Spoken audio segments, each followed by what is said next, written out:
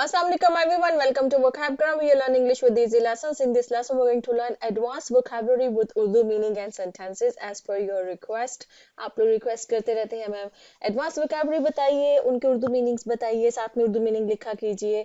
तो ये एक सीरीज मतलब स्पेशली उन लोगों के लिए है जो उर्दू मीनिंग साथ में चाहते हैं जब मैं उनको vocabulary बता रही होती हूँ, ठीक है। अच्छा, ये इंपॉर्टेंट है, जो आप में से अगर कोई एग्जाम्स वगैरह की तैयारी भी कर रहे हैं तो जितने भी vocabulary के लेसन आते हैं रोज के, वो रोज के रोज आप जरूर देखा करें, क्योंकि ये तमाम वोकैबुलरी आपको आपके लिए हेल्पफुल है, जो भी किसी भी एग्जाम के लिए तैयारी कर रहे हो, ठीक है। आया जी। अब हमारा जो पहला एडवांस वोकैबुलरी वर्ड है वो है जी ट्रायम्फेंट। ट्रायम्फेंट जो है ना, ये एडजेक्टिव है और इसका मतलब होता है विक्टोरियस, फातेह जिसको हम कहते हैं। अब ये ट्रायम्फेंट जो है ये किसी एक इंसान को भी कह सकते हैं, किसी ग्रुप को भी कह सकते हैं, किसी टीम को भी कह सकते हैं। जैसे कि ट्रायम्फेंट टीम जो होती है, जैसे अभी ऑस्ट्रेलिया है, उसने वर्ल्ड कप जीता है, तो वो ट्रायम्फेंट टीम है, ठीक, कि वो फातेह टीम है, उन्होंने वर्ल्ड कप जीता है, ठीक है। तो कोई भी, जैसे किसी भी कंपटीशन में कोई भी चीज हो जहां पर, अच्छा, ये ट्रायम्फेंट जो है ये मिलिट्री को भी कह सकते हैं, ट्रायम्फेंट आर्मी को भी कहा जा सकता है, जो जीतती है, जीतने वाला इंसान, ग्रुप, मिलिट्री, आर्मी, टीम जो भी है, ठीक है, उसके लिए इस्तेमाल होगा। सेंटेंस क्या है? The triumphant leader address the crowd acknowledging the collective efforts that led to the victory. अब जो फातेह लीडर था, वो लीडर जो जीतने वाला लीडर था, जीतने वाली टीम का जो लीडर था, उसने अपने क्राउड से एड्रेस किया, मतलब कि उनसे खिताब किया, और उसमें उसने एक्नॉलेज किया, उसमें उसने सराहा जो भी कलेक्टिव एफर्ट्स थी, सारी टीम की जो मजमूई जो उनकी कोशिशें थी, जिसकी वजह से उन्हें विक्ट्री मिली, मतलब फतह मिली। विक्ट्री क्या हुआ? फतह हुई। और ट्रायम्फेंट क्या हुआ? फातेह हुआ। अच्छा, विक्टर भी फातेह होता है, कि विक्टर जो जीतने वाला इंसान होता है ना किसी कंपटीशन में, उसको विक्टर भी बोला जाता है, ठीक है। तो विक्ट्री जो है वो फतह है, ट्रायम्फेंट जो है ये फातेह है, और विक्टर भी इसका एक सिनोनिम है जिसका मतलब होता है वो शख्स जो जीता है, ठीक है। अच्छा, नेक्स्ट है हमारे पास वैंक्विश्ड। वैंक्विश्ड जो है ना ये भी एडजेक्टिव है, और ये ट्रायम्फेंट का एंटोनिम है, मतलब उसका उल्टा है, ठीक है। एंटोनिम्स होते हैं ना उल्टे, सिनोनिम्स होते हैं जो सेम मीनिंग से होते हैं, एंटोनिम्स होते हैं वो उल्टे होते हैं मीनिंग जो, ठीक है। तो क्या होगा? ट्रायम्फेंट हमने बताया जो फातेह होता है, जीतने वाला होता है। वैंक्विश्ड वो होता है जो हारने वाला होता है, जो डिफीटेड होता है, जिसको हार मिली हुई होती है, ठीक है, जो हार जाता है। जैसे कि defeated thoroughly in a battle, competition और कॉन्फ्लिक्ट, कॉन्क्वर्ड और ओवरकम, ठीक है, मगलूब जिसको हम कहते हैं ना। देखो, ट्रायम्फेंट क्या होता है? वो होता है जो गालिब आ जाता है, जो फातेह होता है, जो गालिब आ जाता है। वैंक्विश्ड क्या हुआ? जो हार जाता है, जो मगलूब हो जाता है, जिसको हम उर्दू में कहते हैं हारने वाला, ठीक है, जिसपे गलबा पा लिया जाता है। सेंटेंस क्या हुआ? The vanquished nations had to accept the terms of surrender dictated by the victors. Victus मतलब जो जीतने, जो फातेह थे, फातेहीन जो थे, और जो भी वैंक्विश्ड नेशंस थी, जो हारने वाली नेशंस थी, जो कौमें थी, उनको सारी वो टर्म्स जो है वो माननी पड़ी, सरेंडर करना पड़ा। टर्म्स ऑफ सरेंडर, सरेंडर करने की जो टर्म्स थी, जो भी उनके सामने रखी गई, वो उनको सारी माननी पड़ी, डिक्टेटेड बाय द विक्टर्स, जो विक्टर्स ने डिक्टेट की थी कि भाई अब आप चूंकि हार गए हैं तो आप लोग ये चीजें जो है वो हमारी जो है वो मानेंगे, ठीक है। तो वैंक्विश्ड टीम को माननी पड़ी, वैंक्विश्ड नेशन को माननी पड़ी, जो भी हारने वाली, जो मगलूब हो गई है, ठीक। अच्छा जी, विरागो। विरागो जो है ना ये समझ लीजिएगा इसको थोड़ा सा, a woman who is bold, powerful and assertive. Virago हम ऐसी औरत को कहते हैं, ये वर्ड होता ही औरतों के लिए इस्तेमाल है, जो कि थोड़ी मर्द सिफ्त होती हैं, जिनमें मर्दों वाली क्वालिटीज होती हैं। आप किस तरह से, पुराने जमाने में विरागो उन औरतों को कहा जाता था जो जंगजू टाइप की होती थी, जो बैटल फील्ड में लड़ा करती थी। देखो ना, पुराने जमाने में मर्द लड़ा करते थे बैटल फील्ड के अंदर, लेकिन कुछ औरतें भी ऐसी होती थी। जाहिर है औरतों की मेजोरिटी तो ऐसी नहीं होती है, लेकिन कुछ औरतें ऐसी होती हैं जिनमें मर्दों की तरह एक दिलेरी होती है, वो बहादुर होती हैं, वो लड़ती हैं, बैटल फील्ड पे निकलती हैं। तो ऐसी औरतों को विरागो बोला जाता है। अब आजकल तो जाहिर बात है आर्मी में औरतें भी सर्व करती हैं, लेकिन पुराने जमाने में ये चीज बहुत ही अनकॉमन थी कि कोई खातून जो है वो बैटल फील्ड में आए और बैटल फील्ड में इस तरह से लड़े, ठीक है। तो ऐसी औरतों को विरागो बोला जाता था। आज के दौर में विरागो हम ऐसी औरत को बोलेंगे कि जो बहुत ही बोल्ड है, जो स्ट्रांग है, जो पावरफुल है, और असर्टिव हम कहते हैं कि जो अपनी बात मनवाए, ठीक है, दूसरों की बातें ना माने, असर्टिव ऐसा इंसान होता है। ये असर्टिव कम्युनिकेशन स्किल्स है, कम्युनिकेशन स्किल्स की एक खास फॉर्म भी है कि जिसमें आप बहुत ही सटल मैनर में, बहुत ही कॉन्फिडेंस के साथ, उसमें आपको लड़ना नहीं पड़ता है, कॉन्फिडेंस के साथ आप अपने जुमलों को इस तरह से कहें कि आप एक बाउंड्री भी सेट कर रहे हैं और आप अपनी बात भी मनवा रहे हैं और आपको दूसरों की बात जो है ना वो आप उनको मतलब नो भी कह रहे हैं। असर्टिव कम्युनिकेशन स्किल्स के कैसे आप अच्छे तरीके से दूसरों को ना बोल सकते हैं, वो आप उन कम्युनिकेशन स्किल्स में सीखते हैं। ठीक है, तो असर्टिव होती हैं ऐसी औरतें। अच्छा, आजकल इस वरागो वर्ड को थोड़ा नेगेटिव तौर पर भी इस्तेमाल किया कि थोड़ी वो औरतें जो डोमिनेट करने की कोशिश करती है ना मर्दों को, उनको भी विरागो बोला जाता है। ठीक है, कि ये डोमिनेट करने के मर्दों के ऊपर एक गालिब आने की कोशिश करती है। ठीक है, तो इसके मतलब कि थोड़े से नुएंसेस हैं। मैंने कहा कि ये हिस्ट्री में कैसे ये वर्ड इस्तेमाल हुआ था, तो ये तमाम नुएंसेस जो है वो मैं आपको इस वर्ड के एक्सप्लेन कर दूं, क्योंकि अगर ये एग्जाम में अपेयर होता है ये वर्ड, तो आपको मालूम है कि किस कॉन्टेक्स्ट में इस वक्त ये वर्ड इस्तेमाल हो रहा है। ठीक है, सेंटेंस क्या है? She was often described as a virago due to her fearless leadership and assertiveness in a male dominated industry। अब देखिए, बहुत सी इंडस्ट्रीज ऐसी हैं जो मेल डोमिनेटेड है, लेकिन अब तो खैर खवातीन हर इंडस्ट्री में सर्व कर रही है। जैसे मिलिट्री होगी मेल डोमिनेटेड, मिलिट्री तो खैर इंडस्ट्री तो नहीं उसको कहेंगे, लेकिन जाहिर बात है कि अब खवातीन उसमें भी आ गई हैं। जैसे और भी बहुत सी टेक्नोलॉजी की, जैसे इंजीनियरिंग इंडस्ट्री है, इसमें ज्यादातर मर्द हजरात होते हैं। अब किसी ऐसी इंडस्ट्री में वो खातून गई है और वो जो कि मेल डोमिनेटेड, जहाँ पे हमेशा मर्द ही उस इंडस्ट्री में सर्व करते रहे हैं, वहां पर वो खातून गई है और वो जो है ना उसको डिस्क्राइब किया जाता है कि शी इज अ विरागो, मतलब कि बड़ी ही जो ना वो मर्दों की टाइप। अब इसको दिलेर औरत भी कह सकते हैं, नेगेटिव कहना है तो लड़ाकू औरत भी कह सकते हैं। मतलब इसको डिफरेंट नुएंसेस में इस वर्ड को यूज किया जाता है कि due to her fearless leadership, के उसकी बड़ी फियरलेस किस्म की जो ना उसकी मतलब बड़ी दलेराना उसकी लीडरशिप है। एंड असर्टिवनेस को मैंने अभी आपको एक्सप्लेन किया है इन अ मेल डोमिनेटेड इंडस्ट्री, कि जो वो इंडस्ट्री जिसमें मर्द ज्यादा है उनमें उसने अपनी एक बड़ी फियरलेस लीडरशिप से वो एक विरागो जो है ना वो बनी है वहां पे। ठीक है, अच्छा जी, नेक्स्ट हमारे पास वर्ड है वो है जी ट्रेल ब्लेजर। ट्रेल ब्लेजर हम कहते हैं, ट्रेल ब्लेजर भी एडजेक्टिव है। ट्रेल ब्लेजर हम ऐसे इंसान को कहते हैं जो किसी काम को जिसने शुरू किया हो, वो उस काम का पायनियर हो। ठीक है, जैसे कि जिसको हम उर्दू में मौजिद कहते हैं।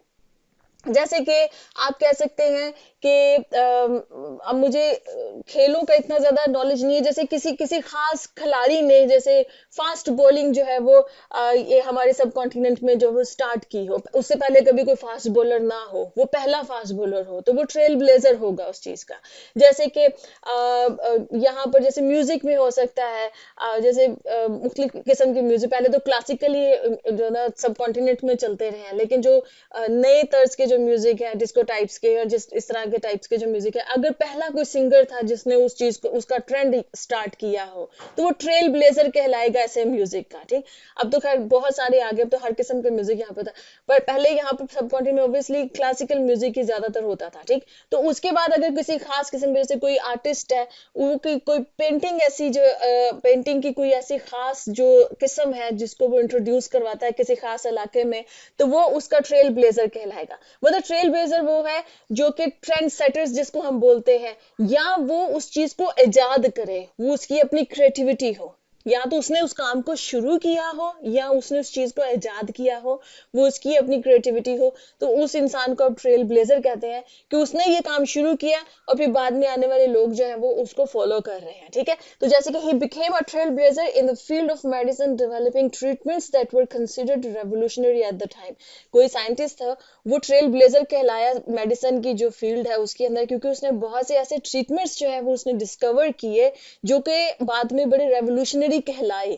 मतलब इन्होंने एक किस्म की रेवोल्यूशन जो है ना इन चीजों ने की, क्योंकि उसके ट्रीटमेंट्स की वजह से भी नेक्स्ट आने वाले लोगों को एक कहते हैं ना एक रहनुमाई मिल गई और वो उस डायरेक्शन में चल पड़े, फिर और चीजें जो वो आजाद हुई। ठीक, अच्छा जी, नेक्स्ट हमारे पास है जी रैंकर। रैंकर कहते हैं a deep long lasting resentment और bitterness especially resulting from a perceived wrong और इनजस्टिस। देखिए, रैंकर कहते हैं इंसान के दिल के अंदर जो रंजिश आ जाती है ना, देखा उसने मेरे साथ ऐसा किया, और वो फिर बहुत देर तक आपके दिल में वो रंजिश रहे, तो उस रंजिश को हम रैंकर बोलते हैं। ठीक है, अब इसका सेंटेंस क्या होगा? Despite the passage of time there was still a lingering rancor between the two former friends who had parted on bad terms। दो दोस्त थे, उन वो एक दूसरे से जुदा हुए क्योंकि उनके दरमियान में लड़ाई हुई। बैड टर्म्स में पार्ट करने का मतलब यह है कि उनके दरमियान में बातचीत खत्म हुई, वो एक दूसरे से जुदा हुए। बैड टर्म्स पर मतलब किसी किस्म की उनके दरमियान में झगड़ा हुआ, किसी किस्म की उनके दरमियान में जो है वो डिस्प्यूट हुआ। अब उसकी वजह से क्या हुआ, दोनों के दिल में इतना वक्त गुजरने के बावजूद एक लिंगरिंग रैंकर है, मतलब एक रंजिश है जो बड़ी देर से चल। लिंगरिंग का मतलब ये है कि कोई काम जो बहुत देर से चलता आ रहा हो, ठीक है, जिसका टाइम पीरियड ज्यादा हो। तो मतलब कि लिंगरिंग, बहुत देर से उनके दिलों में जो है ना इतना वक्त गुजरने के बावजूद भी वो रंजिश उनके दिल से, वो रैंकर उनके दिल से नहीं गया एक दूसरे के लिए।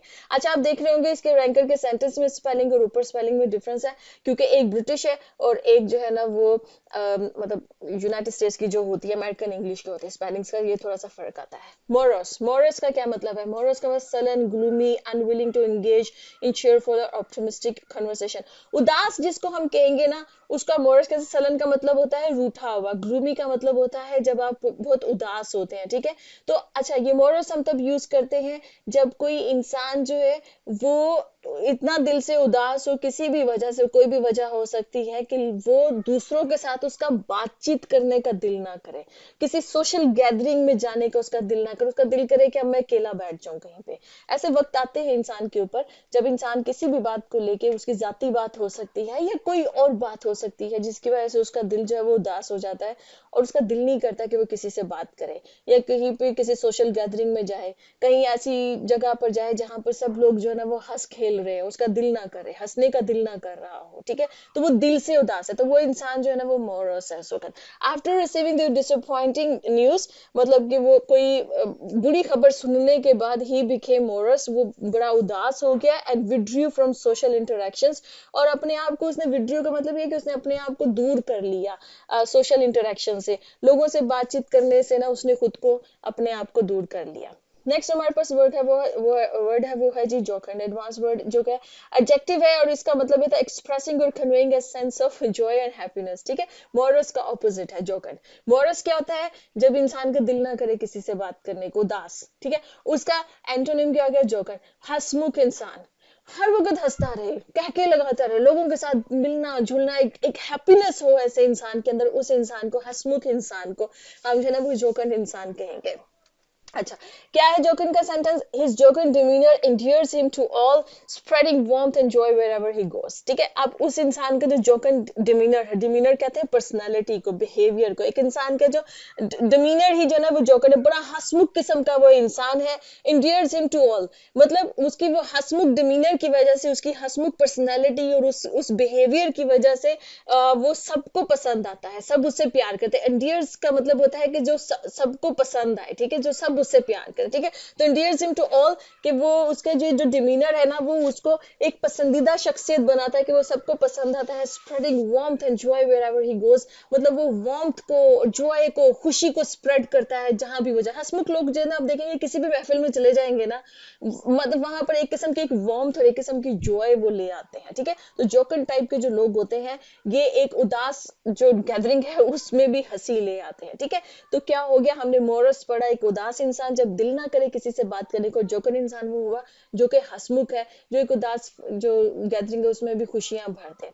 आप जी वाइनर, वाइनर जो है वो भी आप समझ लीजिए कि मोरस की तरह के, लेकिन नहीं, थोड़ा सा डिफरेंस है। मोरस होता है कि आप किसी भी वजह से आपका दिल बुझ जाए, ठीक है, आपका दिल ना करे लोगों से बात करने को। लेकिन वाइनर वो इंसान होता है जो रोंदू टाइप का होता है, रोतू टाइप का होता है। उर्दू में शायद रोतू कहते हैं, पंजाबी में शायद रोंदू कहते हैं, आई गेस, ठीक है। तो जरा जरा सी बात पे रोने वाला इंसान, जरा जरा सी बात पे कंप्लेंट करने वाला इंसान की वाइनर कहते हैं। जरा सी बात पे, अरे ये नहीं अच्छा, अरे वो नहीं अच्छा, मेरे साथ ये बुरा हुआ, मेरे साथ वो बुरा हुआ, मतलब कि रोतू टाइप का इंसान है, वो कभी भी खुश नहीं होगा, तो ये वाइनर कहलाता है। जोकन का एंटोनिम भी आप कह रहे हैं, जोकन तो हमेशा हंसमुख होते हैं, तो वाइनर जो है वो हर वक्त रोता ही रहेगा, उसको किसी बात पे जो ना वो सेटिस्फाइड नहीं है। तो इसका सेंटेंस क्या है? Her reputation as the office whiner grew as she habitually voiced complaints about even the smallest inconveniences, ठीक है। मतलब कि उसकी एक रेपुटेशन बन गई कि ये तो ऑफिस वाइनर है, एक खातून है, उसकी रेपुटेशन ऑफिस के अंदर बन गई कि ये ऑफिस वाइनर है। वो रेपुटेशन इसकी क्यों बनी? क्योंकि उसको मतलब आदत पड़ गई कि वो छोटी छोटी बातों के बारे में भी शिकायत करेंगे, अगर छोटी सी भी इनकन्वीनियंस उसको हो गई है ना, अल्लाह मेरी चेयर नहीं ठीक है, अल्लाह ये टेबल नहीं ठीक है, अल्लाह मुझे पेन नहीं ठीक मिला, मेरे पेपर नहीं ठीक है, छोटी छोटी इनकन्वीनियंसेस जो है ना, अगर वो हो जाए ना तो वो उस पर भी कंप्लेन करने लग गए, ये चीज ठीक नहीं, वो चीज ठीक नहीं, ये अच्छा नहीं, वो अच्छा नहीं। तो ऐसे लोगों को आप वाइनर्स बोलते हैं। ठीक है जी। ओके जी फ्रेंड्स, यहाँ पे लेसन खत्म होता है। आई होप कि आपको लेसन इंटरेस्टिंग लगा है, आपने इंटरेस्टिंग वोकैबुलरी सीखी है। और अगर आपके जहन में कुछ वर्ड्स हैं तो आप बताइएगा, इंशाल्लाह फिर उनको भी अकोमोडेट करेंगे। ओके जी, अल्लाह हाफिज।